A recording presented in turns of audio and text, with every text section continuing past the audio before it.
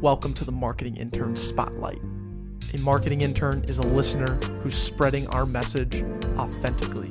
Hear their story, their passion, and their journey. Enjoy.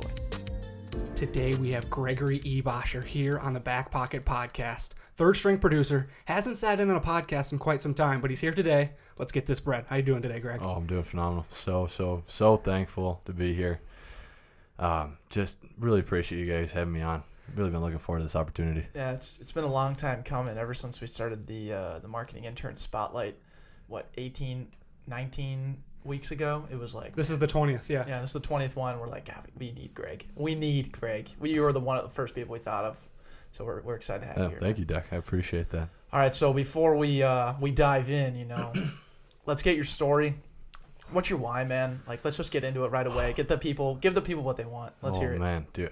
I was really hoping you'd ask me this question. I love talking about where I grew up, how I grew up, and all that. So I grew up, born in the city of Chicago, Illinois. Grew up in Park Ridge, which is a suburb right outside the city of Chicago. Okay. So, yeah, biggest thing about me, about my childhood is definitely I played sports my whole life.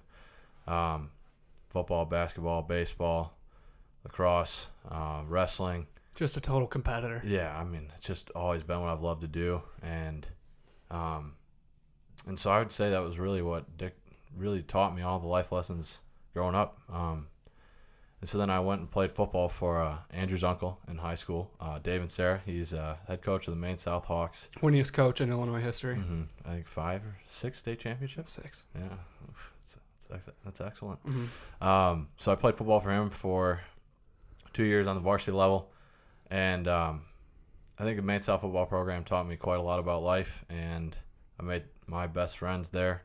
Hopefully some guys listening, Tyler Bolger, Clay Burlick. I heard Clay. I went to a Maine South game the other day, or a couple weeks ago when they were in the playoffs, and I just heard a lot of rumblings about Clay, and he was just kind of. I heard Clay and liability. It was kind of. Can you confirm? Oh, absolutely. Probably the biggest liability, biggest ego. Yeah. Whatever. He seemed like, he told us he was a teammate guy, which I'm sure he was, but, Shout out Brio, formerly Yo Eats. Yeah, absolutely. Team guy, as long as he got his touches. Yeah, of course. And we blocked well for him. So, yeah, Tyler Bolger, Clay Burlick. Yeah, two guys that really formed me. My other buddy, Billy Gorman. We became real good buddies in high school. And then Phil Ulick too. Hopefully he's listening in. And then probably the other key part about my growing up and who I am is definitely my parents, my mom, my dad, and also my sister. And they've really formed me into the man I am today, giving me the values of faith and family, and it's really brought me up the right way. Taught me to work hard, be humble, be thankful, and So and now all that brought me to St. Thomas. Yeah, the football connection brought us 3 together. Right. And that took as you mentioned, you played for my uncle, and just to kind of connect the dots for our marketing interns, this was senior year, probably February, maybe even March. Like, it was late into deciding where you're going to go to school. And my uncle texted me saying, "Hey, we have a kid on our team. You might know him. I might have trained with him at EFT a few times. That's looking to play at St. Thomas, but he's really undecided. I'd love for you to talk to him." Yeah. So he shot me your number, or he gave me, or one of the two. I think you might have called me. Mm-hmm.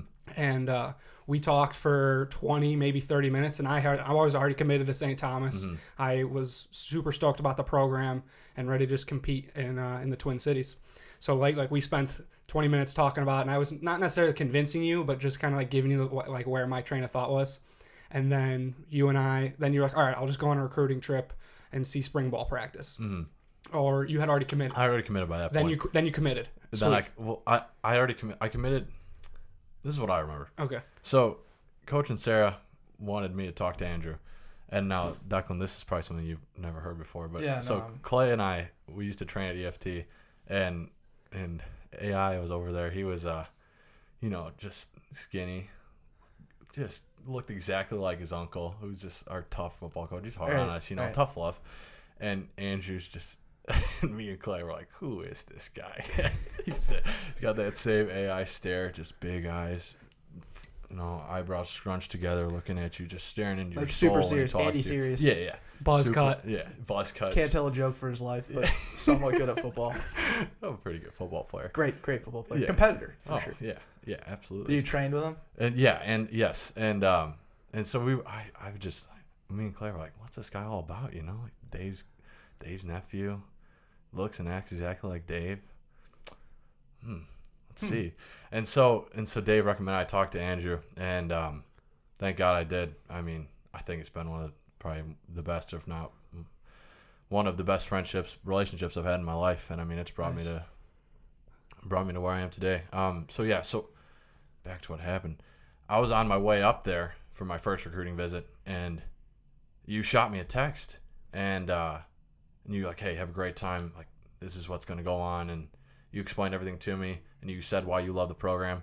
I went, and all the same reasons aligned perfectly. I committed. I texted you, and I'm like, yeah, let's do it. We're roommates. And then we both went up spring ball, and we ate at the bonfire, right? Bonfire with Kimmy. She was still there. She was finishing her. Shout out to Cereso Cupcakes, Ooh, formerly a sponsor of the Backpocket podcast. Formerly? Yeah, she's not a sponsor anymore. She quit sending us cupcakes Come for on, some reason. Kimmy. Yeah.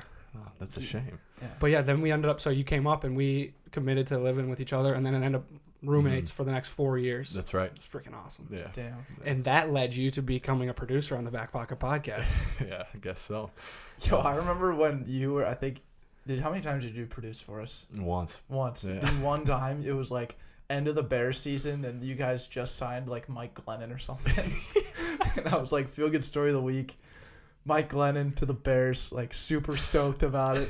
Greg, like best sign in history. I was just like pumping it up, and you were just shocked at like what I was saying. I was being totally sarcastic, but you thought I was just totally serious. That's the one thing I remember about that episode. I was offended that you said that.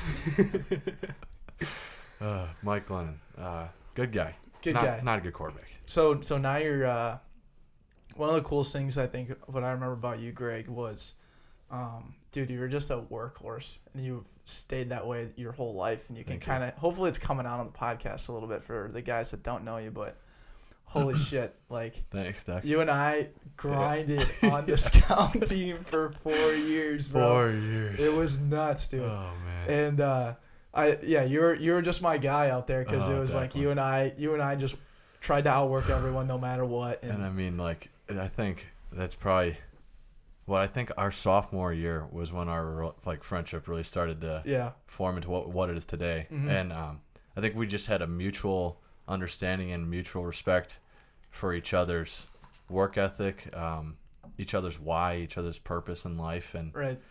And I couldn't have done it without you, man. Like those days were brutal. I'd come out there some days and just feel like, dude, I don't know if I can make another day. And just Declan's positive attitude, like, let's go, Greg, come on, get hyped. And you and never failed, man. I'm indebted to you for the day I die for that. Like, you made those days for me. It goes the other way though too, because I'm trying to go out there and make plays, and I'm pumping you up. That's right. And dude, Greg's making the plays, dude. And like, if there's one person that like ran to every single ball and was like the guy at the, like, I would just tell everyone to watch Greg, because I'm like, dude, Mark and I and myself, we just watch you, and you be just freaking balling out there. It was awesome. And like the weirdest thing was like the coaches noticed for sure, but it wasn't like you never really got that gratitude, to be honest. No one. Well, I don't know if I'm saying that right, but you were never recognized for it, to be honest.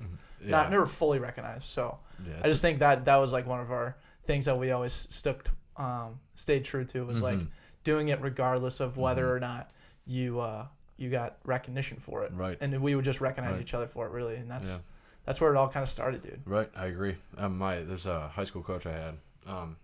One of his sayings was his pride, his personal responsibility, and daily efforts. And I think that how we took responsibility of our efforts in scout team, I mean, I really like to think it really made the team a lot better too. I hope so. Yeah. I hope so. I mean, and it certainly, we weren't gonna play, so what else are you gonna do? Yeah, what else are you gonna do? You Go gotta out go there out, show up, and just make it work. Dominate, baby. Dominate. Dude, I firmly believe that the 30 seniors that were lost in this past graduating class of 2018, 2017 football season, that transformed that program to like have the high expectations. Like we totally I'm not saying like it was us only, but we played an awesome role in this to motivate the younger people to push themselves, and also to keep the people that were performing as starters to hold on to their jobs. Like, hey, we're going to be sniffing the whole time. Like, we're never going to give up. That's just the reality. We're never giving up, no matter if we got looks or not, like genuine, honest looks. Right. It didn't care. We were never going to give up. We never did. And we never did. I mean, this is probably a whole like separate topic for another day. But like, yeah, I mean, it felt like sometimes that no matter what I did, no matter what you did, no matter what, I mean, nothing ever really seemed to come of it. And, that's okay. Like, I mean, we're definitely not the most athletic guys out on that field. No, you're looking at 3 wildly average athletes. Yeah, absolutely. In the mics right now. Yeah, but I mean, but like those lessons of what that taught us about never giving up and about relying on your brothers when you're feeling down, and how you need brothers to carry you through times where you don't think you can keep going. I mean, those lessons are what I will carry, and I think that's better than what I ever gained from any success that I ever had in football, which, I mean, I've been pretty fortunate. I've had quite a lot of success in college. I did not, and I think I've learned infinitely more about life and about football and about people from my experience in college because of that, and I'm thankful for it. It's incredible. And I'm glad we all stuck through it too, because there's multiple times and other players too that are probably tuning in where it's like, yeah, they had to hang it up or chose to hang it up at some point. Right. And for whatever reason, it's their own thing. But I never really thought about quitting, but I always thought about what my life would be like without football when I still had the opportunity to play. And I would just always it was an immediate feeling of regret of just like you didn't maximize what you could have done type thing. And it goes right back to your point in saying like football's a game of life, and I definitely learned like so much just from being kind of the bottom feeder and just the grinder for 4 years, because I just learned how to outwork everyone. Right. And then now that's all I know how to do. And like when we interviewed Caruso on the podcast, that was one thing that we took away was all the Caruso mannerisms and all the things that he taught us for those 4 years. Like us three were probably the biggest. We had the biggest ears when he was talking, and we like really soaked that in. And Andrew and I have attacked everything we've done in this podcast just through Caruso. Right. And that's what we realized when we interviewed him. We're like, oh man, you're like the reason why we say and do and act the way we are, Yeah. And I mean, so for me, I think it's really special because I am, again, like I said, I've been really fortunate to play under a lot of great football coaches. Right. I would say his name here, Jason Kaprowski. Maybe he's listening. he was a great coach. A lot of shout outs. A lot of shout outs. Then Scott Tumulty, he was a 3-time, he's like a 3-sport All-American in college. Played under him my sophomore year. Your uncle, Caruso, and I just it was just a growth of just a better coach each and every time, and it just culminated with Caruso, and now we're able to carry that forth into our lives, and I mean it's just. Yeah, it's really cool. Really, really cool. And now we're sitting here. It's 2018. Andrew and I are graduated. That's right. You're finishing up your super senior year. Yes. You graduate. You said you had like 5 classes left in your last semester of college. I've got 5 days of class left. Oh my god, that's crazy. So how's it kind of been like? I mean, how many of our friends now, or how many people around you are not in school, and you're still grinding? Like, what's that like right now? Yeah. Not great. Really? You don't like it? No. Okay. No. I got Peter, though. Peter Olson. Yeah, sure. So Peter and my roommate, he's still grinding. He's still in school. It's really tough.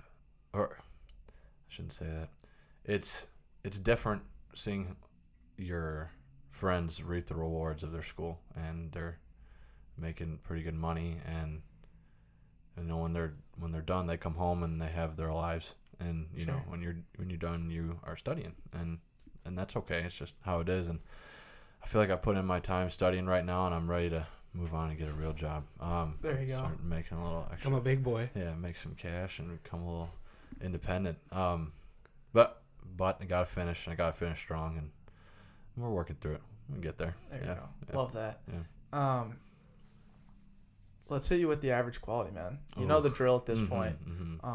We've already been touching on our average qualities. You know, the average 40 time between us three is probably a 4.95. Bro, I had a good 40. Andrew had a good 40. Andrew's pretty fast. Yo, but I think that's the thing about the three of us is if we were all combined into one person, we would probably be a good ass football player. Because like Andrew's fast, you're just lifting a ton of weight, and like I don't bring much physicality to the table, but I definitely have some smarts. Like I feel like the IQ is there maybe. I'm just kind of giving myself that. And the passion. And the passion, sure. The mindset, totally. Right. It's all right there. But getting back to the Backpocket's core concept, baby, wildly average guys. What is Greg Ebacher's average quality? It's a great question. I thought about this one pretty hard today. I would say I am as far as guitar players go, I'm a wildly average guitar player. I love to play the guitar. I love music. Music is probably one of the 5 things that defines me. It's something I'm so passionate about. I love it, and I'm wildly average at guitar for a guitar player. Would you say you give yourself that wildly average attribute because you envision yourself being much better 5 years from now? Yes. That's dope. I'm really hoping to be playing in a band. When I move home in the spring, my buddy Billy and I we're trying to start a little band, get it rolling a little bit. Let's go, like covers. Oh yeah. Only Joel, only 80s Joel music, or what are you thinking? Come on now. We're gonna go 60s, 70s, there you a little bit of 80s. What's great about you is I've been playing guitar since I was a senior, and I've kind of taken a back seat in probably last year. Right. But in that last year, you just started, and it's just been so cool to see you grow from just like trying to hitting a G chord, and now you're playing Sweet Home Alabama like it's nothing. It's just.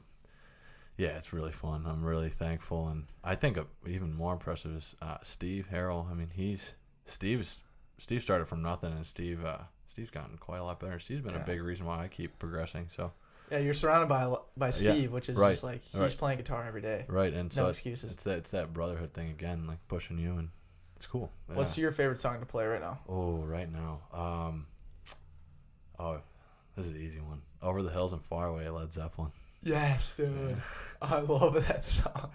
You can play the intro to that song? Oh, yeah, baby. Really? Oh, look, gets me going. That's great. We got to throw that in like as we're talking about this right now. Yeah. We'll get Sam on it. Yeah, we'll put our newest producer on it, and intern. But why the guitar? Like, how was there a reason behind the guitar? And then you taught yourself the guitar through watching YouTube videos, and I think that's another really cool thing. Like, no one really needs an instructor anymore, or like to pay someone to learn these like skills, because like even for me, trying to edit software, like our video, and now with my new job, like I'm on YouTube all the time. YouTube University, learning the next thing, and it's so available for us. So let's get back to that. Why the guitar, and then how did you learn to play? So I'll start with how I learned first. I actually took lessons for a couple years when I was younger. I think like 8th grade through freshman year of high school, I think. And that was really good. It was a small foundation. I never practiced. I never took it seriously. I really wanted to mimic my heroes, you know. I had Leonard Skinner, Ronnie Van Zant, who's the guitarist for Leonard Skinner. So I just wanted to play the songs. I didn't really want to put in the effort and the time. So that's where I got my start. And then how I've learned since is, yes, YouTube. And then what was the other one? What was the other question? Yeah, so like that growth on YouTube. You're just continuing to watch YouTube videos to figure it out. Whether it's just learning like the proper chords in like a chorus, or trying to get in depth and learning a full song. It's been all YouTube.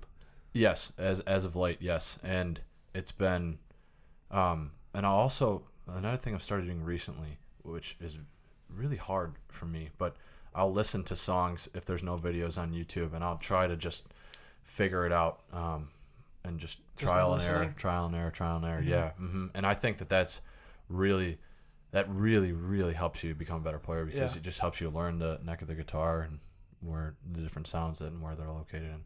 And then I think the other part of the question was, why did I choose a guitar? And that's an easy one. My favorite music in the world is classic rock, and then also I like country music and the blues, and all those music genres are the guitar is the main instrument. And I just wanted to be like those guys who, you know, they just get up on the stage and they can just absolutely rip it, and they're so disciplined in their practice, and it looks like just so much fun. I love making the sounds of music, so I wanted to be like those guys.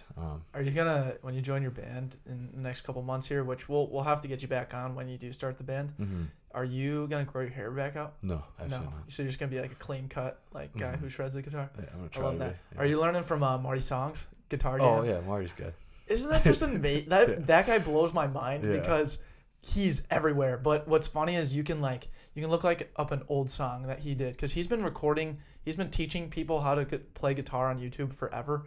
For those who like don't play guitar, this guy, if you Google like how to play "Leaving on a Jet Plane" by any song, pretty much Marty Schwartz with guitar jams has done it, Right. and anyone that plays guitar is just smiling right now. Yeah, Marty. Yeah. But dude, Marty Schwartz, baby.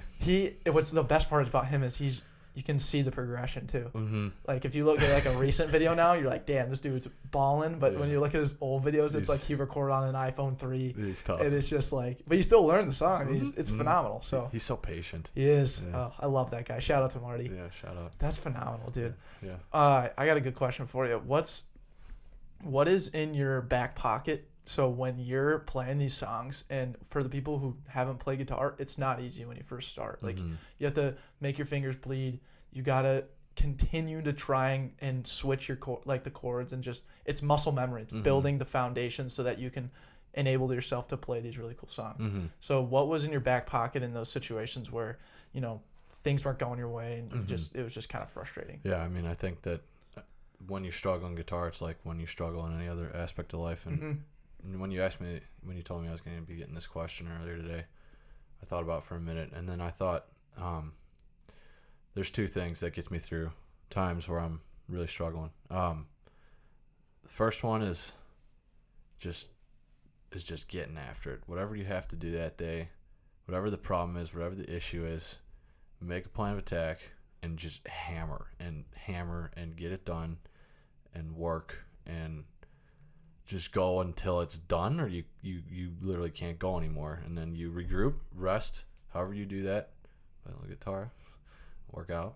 and then you hammer it out again the next day. And then I think the other component to it is my faith, and just having faith that things will all work out, and having faith that there's a reason for why problems, happenstances occur, and trusting that if I hammer and get after it, that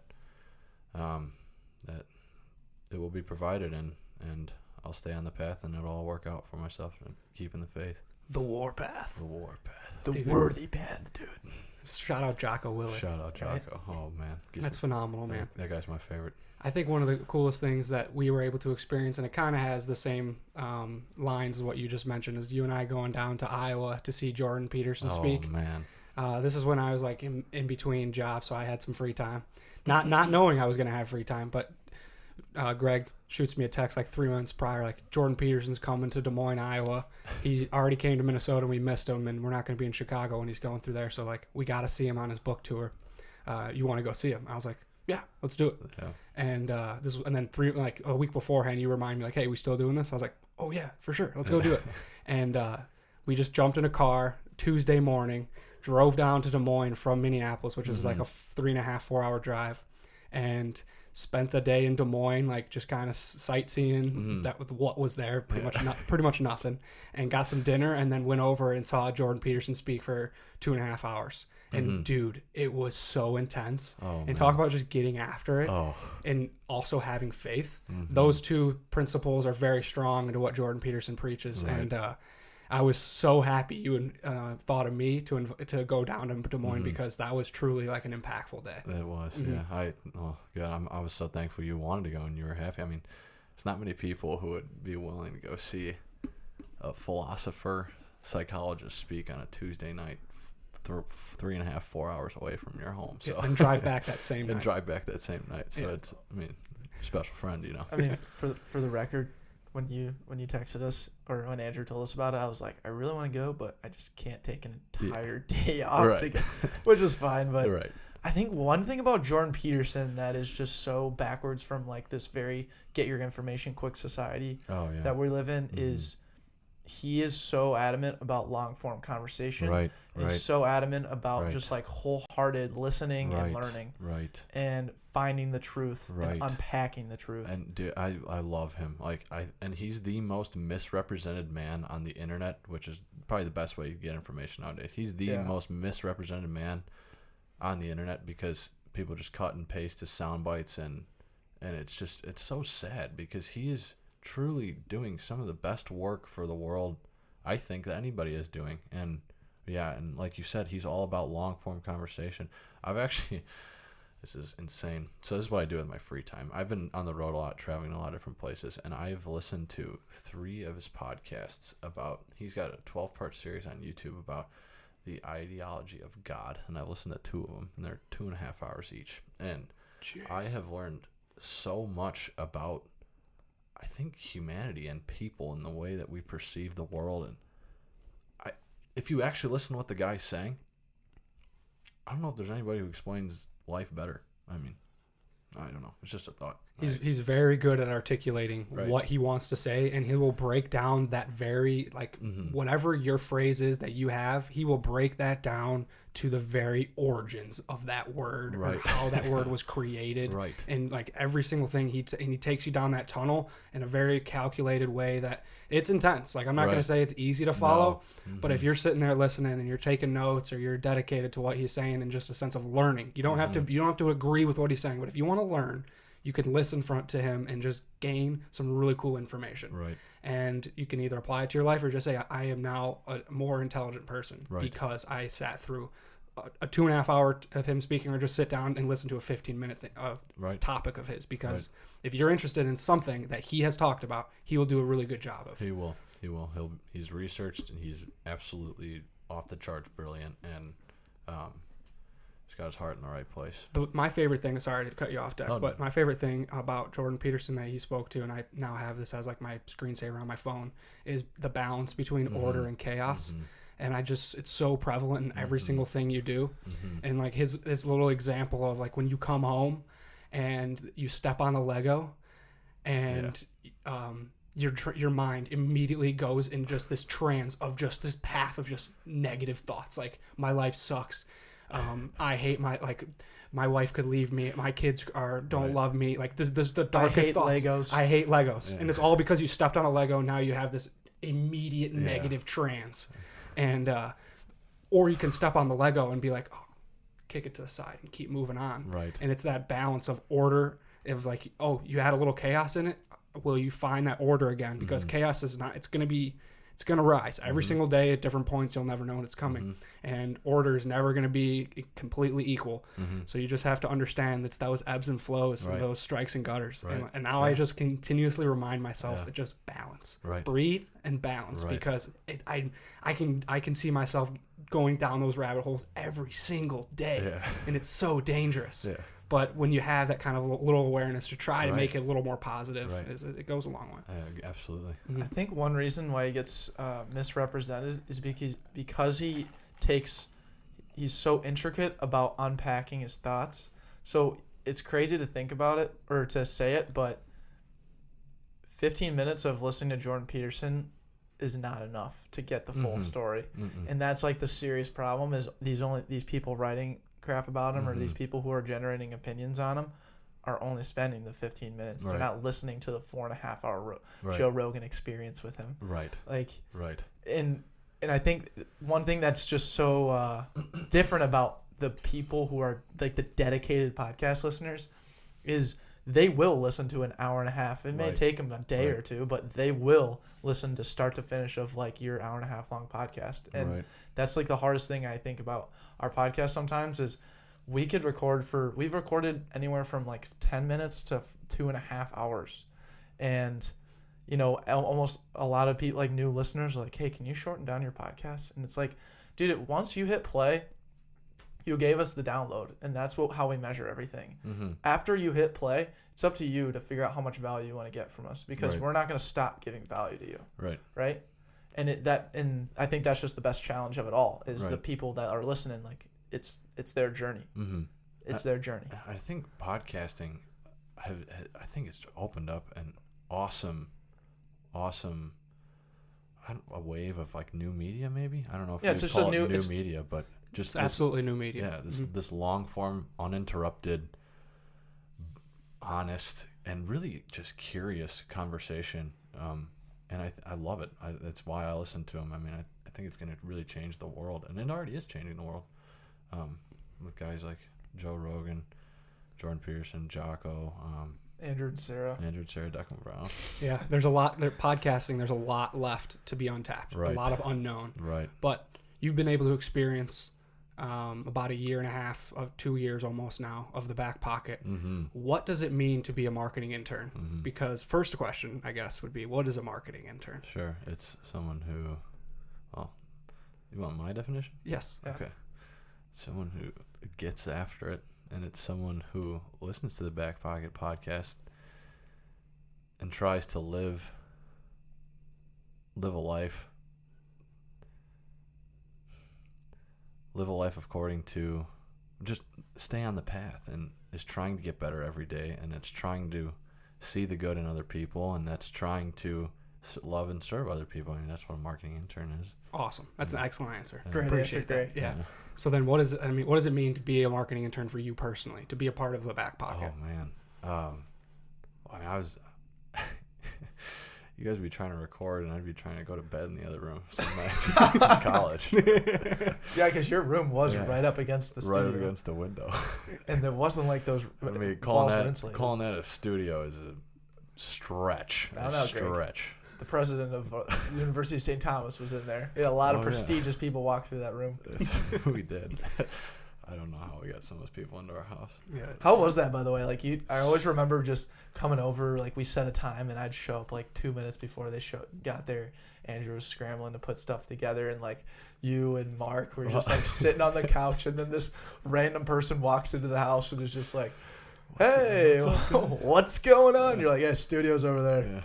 Yeah. Some guys would be shirtless in there, and yeah. Well, because I think when we brought Dr. Sullivan over, when me and you went and got Yeah, her, we saved the day. and Mark was. You saved the day. Thank you. I don't think I did, but I think it was team. Mark wasn't he sitting in his graduation gown? Yes, he was sitting in his graduation gown when President Sullivan came up. So Andrew was gone. He was like buying a new car and having trouble and couldn't get back in time. Right. And so I was like, I need someone, dude. And Greg, you were sitting on the couch, and I was like, Greg, I need you. Let's go. Yeah. So we go and grab President Sullivan. You're just like snapping photos of us as we're man. walking. I was paparazzi. Yeah, dude, you were crushing it. And then, Mark changes into his freaking gown. His like, we hadn't graduated yet, but he changed into his full graduation gown. And he puts his and little he's hat on. He puts his hat on, dude, and he's like playing Fortnite or something, and just acting normal. And President Sullivan walks in, he's like, "Hey, President Sullivan, how's it going? Mark Amick here." And she's like shocked, by the way. And she's absolutely shocked at how atrocious, like dirty our house was. Yeah. And it wasn't like you guys didn't It wasn't clean. like we cleaned, It's naturally dirty. but it was just it was a 130-year-old house. Yeah. Priceless time. Yeah, priceless time. So, what does it mean for me to be a marketing intern? Yes. Of supporting you guys, it means. Well, it means I get to support two of my best friends. That, it's something that they truly love doing, and it's something that's making a difference in the world. That is what life's all about. Hell yeah. So, I mean that means the world to me. That's why you're here, you know. And I mean I'm just fortunate I get to get something out of it, you know. I learn.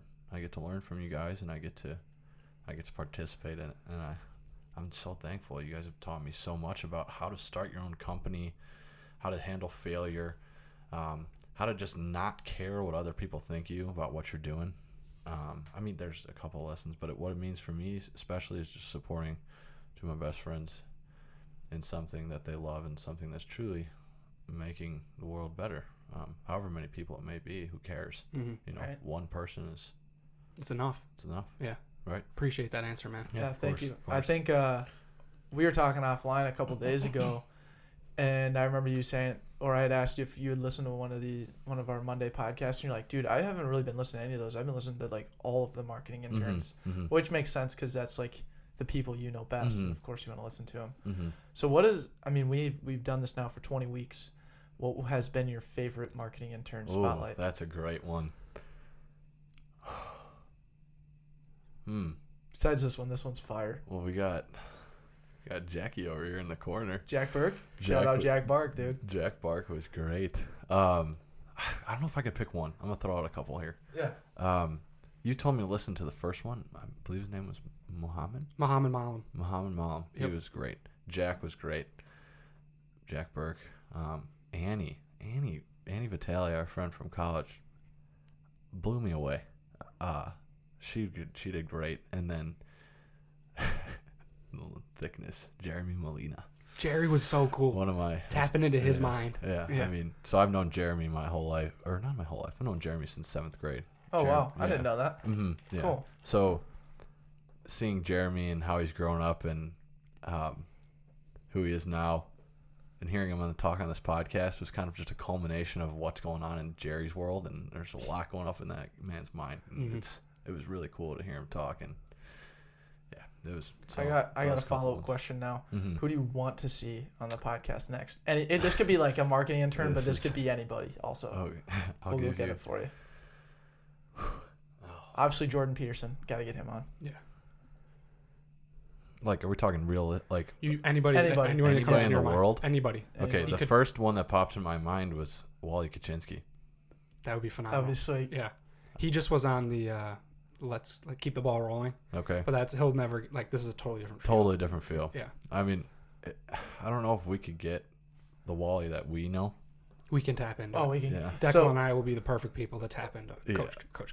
Because if the world could just get a little bit of Wally's world for a little while. Yeah, that'd be phenomenal. But so just a little bit of background for the people that don't know who we're talking about. He's he was the St. Thomas defensive coordinator, still is, and he's just a stud. And he's got the craziest mindset of anybody, what you expect from a defensive coordinator. So yeah, but I think we got to exercise that one at some point in season 3 for sure. Yeah, I mean, he's just such a character, so entertaining.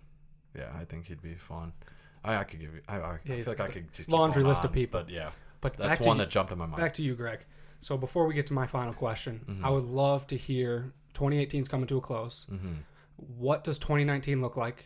If it's still unknown, it's unknown. But what could happen in 2019?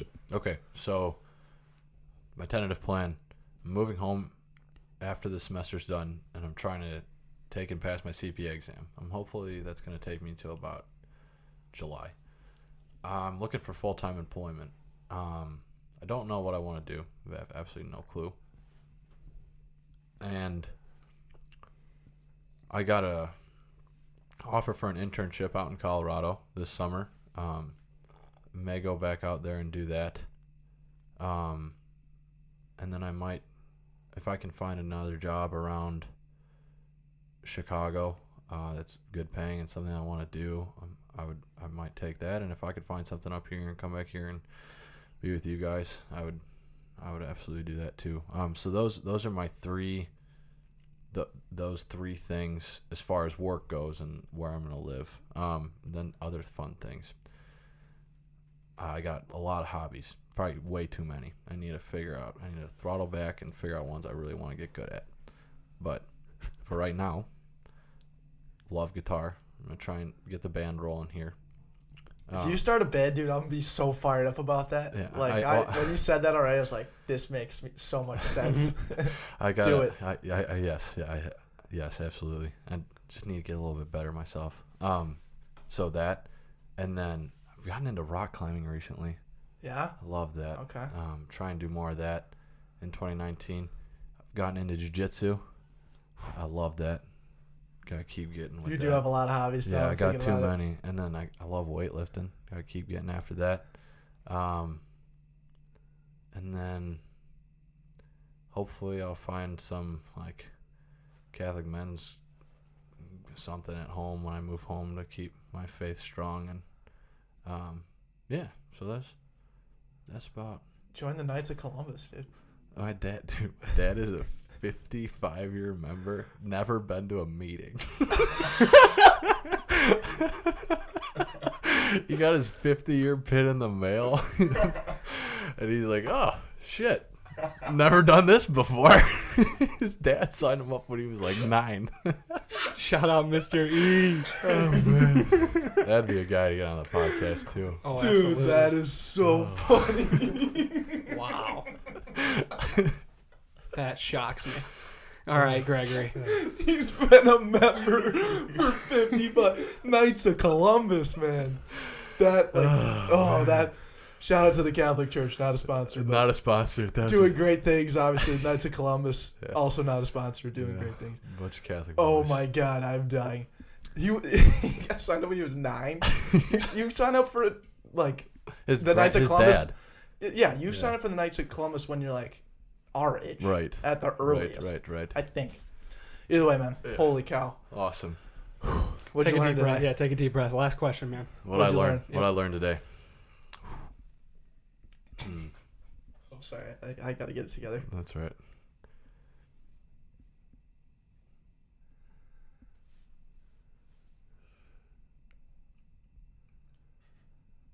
We can edit this, right?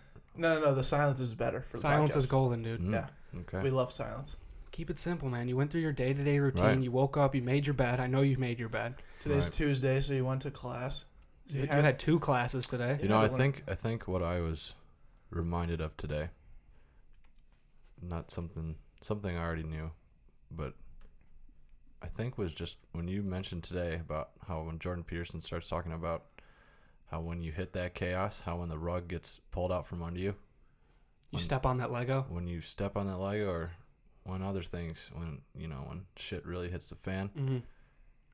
how you can either let it hit the fan or you can take a step back, take the situation for what it is, and restore some order and keep one foot in that order and keep another foot in that chaos. So if you keep one foot in that order, you know who you are, you know where you stand, you know where your values are, and you other keep that other foot in the chaos where you're willing to grow and to change, and you just don't get too far down that path of that chaos because it's all kind of in your mind. So that really helped me today. It is so, all a mind So game. thank you, Andrew. That was good. That was mindful. You're Thank welcome. you. Mindful ain't a word. Mindful's a word. No way. Regardless of what it was, dude. Phenomenal time here on the podcast. Awesome. Like, love talking shop with you like this, bro. Yeah. So thanks for coming on, man. Dude, thank you so much for having me, guys. This is, oh man, I really, really, bottom of my heart, appreciate this, man. Keep doing the great work you guys do. You're really doing a great thing in this world. Thank Oh, you. yeah. That's a wrap. Thank you so much for listening to that episode of the Marketing Intern Spotlight. Before you go, would love to let you guys know about our survey. You can take our survey in the link of this this podcast, as well as follow us on the Backpocket Podcast on Instagram. Hit us up on our blog on Your Back Pockets, that's with an S.com. And of course, always stay in touch. Give us a 5-star review on iTunes. Subscribe, be a listener. Always interact with us, man. We'd love to provide value to you.